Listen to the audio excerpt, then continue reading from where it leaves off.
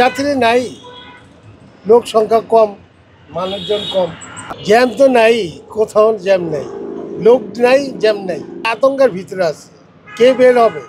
সবারই তো একটা জানের মায়া আছে। যাত্রী নাই, যাত্রী অনেক সংখ্যা কম।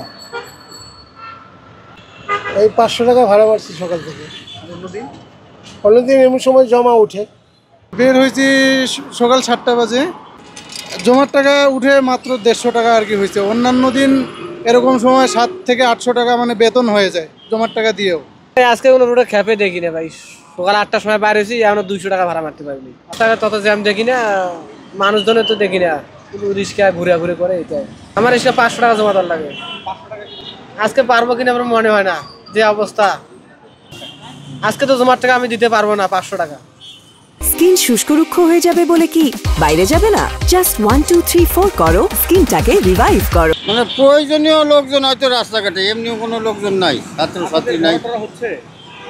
ভাড়া অনেকে মারছে, অনেকে মারাই পারে নাই। এমনি খোলার দিন তো, অন্যান্য দিন তো রাস্তাঘাট সবসময় যানজট থাকেই, লোকজন ভর্তি থাকেই, মানুষের ভিতরে একটা আতঙ্ক কাজ করতেছে না, ওই জন্য।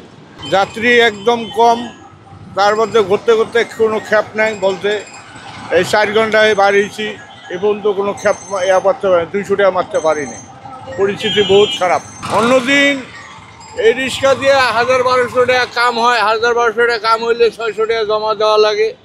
পরিস্থিতি বর্তমান চতুর্দিক দিয়ে খারাপ, বর্তমান কোন দিক দিয়ে আগাইতে পারতেছি না।